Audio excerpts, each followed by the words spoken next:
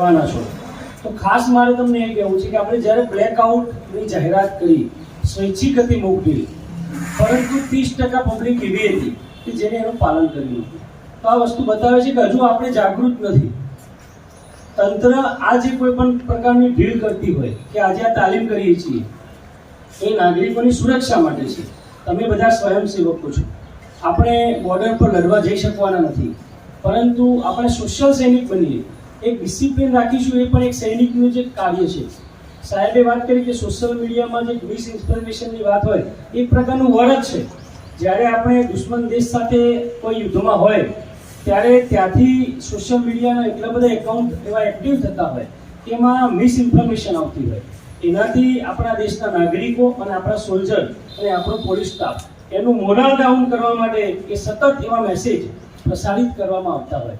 તો ભૂલથી પણ એવા એક પણ મેસેજને આપણે ફોરવર્ડ કરવાનું નથી.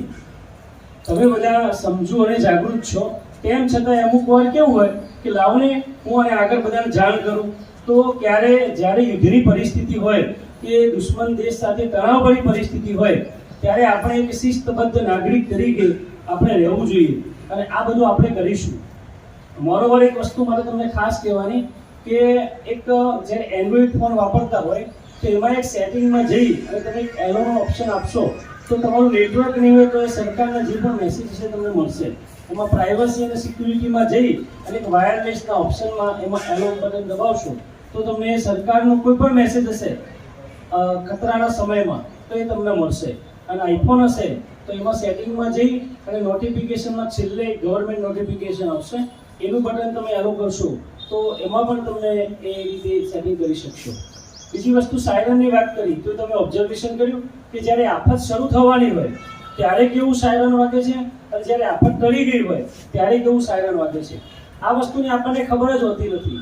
ફ્રેન્કલી કહું તો આ જે 4-5 દિવસ પહેલાં જ મને પણ ખબર પડી કે આવું સાયરન હોય, કેમ કે આપણે ક્યારેય આવી પરિસ્થિતિ જોઈ જ નથી.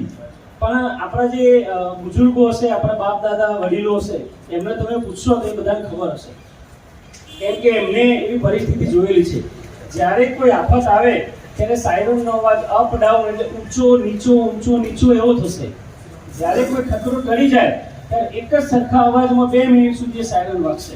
તો આ બધી નાની નાની બાબતો હોય એ પેનિકના સમયે, માની લો કે આપણને આકાશમાં કંઈક એવી વસ્તુ દેખાય તો અત્યારે આપણા બધાના માનસમાં એક એવી વસ્તુ છે કે યુદ્ધની પરિસ્થિતિ ચાલી રહી છે. સામાન્ય કોઈ મેરેજનું ડ્રોન પણ દેખાશે તો આપણે બધા ડરી જવાના છીએ. એટલે સરકારે એક અગોતરા આયોજન તરીકે એક એના ઉપર રિસ્ટ્રિક્શન મૂકી દીધું. એટલે આપણી ફરજ છે કે આપણે ડ્રોન ઉડાડીએ નહીં.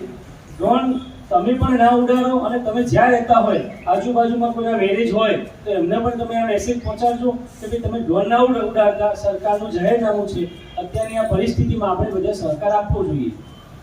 બીજું, સરકારે એક પણ એવી પણ વિનંતી કરેલી હતી કે ભાઈ મેરેજ હોય શક્ય હોય ત્યાં સુધી દિવસે કરો, નાઇટમાં ના કરશો. તો આ બધી નાની નાની વસ્તુઓ ઘણી આપણને હેલ્પફુલ થતી હોય.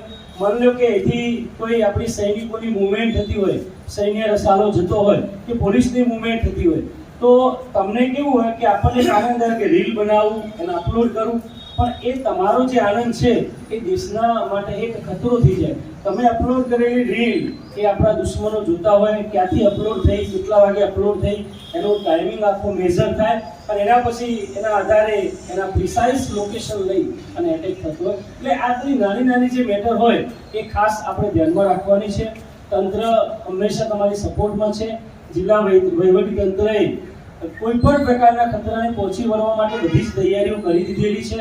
એટલે તમારે અને તમારા પરિવારે, તમારા આજુબાજુમાં રહેતા કુટુંબીજનોએ અને તમારા પડોશીઓએ કોઈ પણ પ્રકારના પેનિકમાં આવવાની કોઈ જરૂર નથી.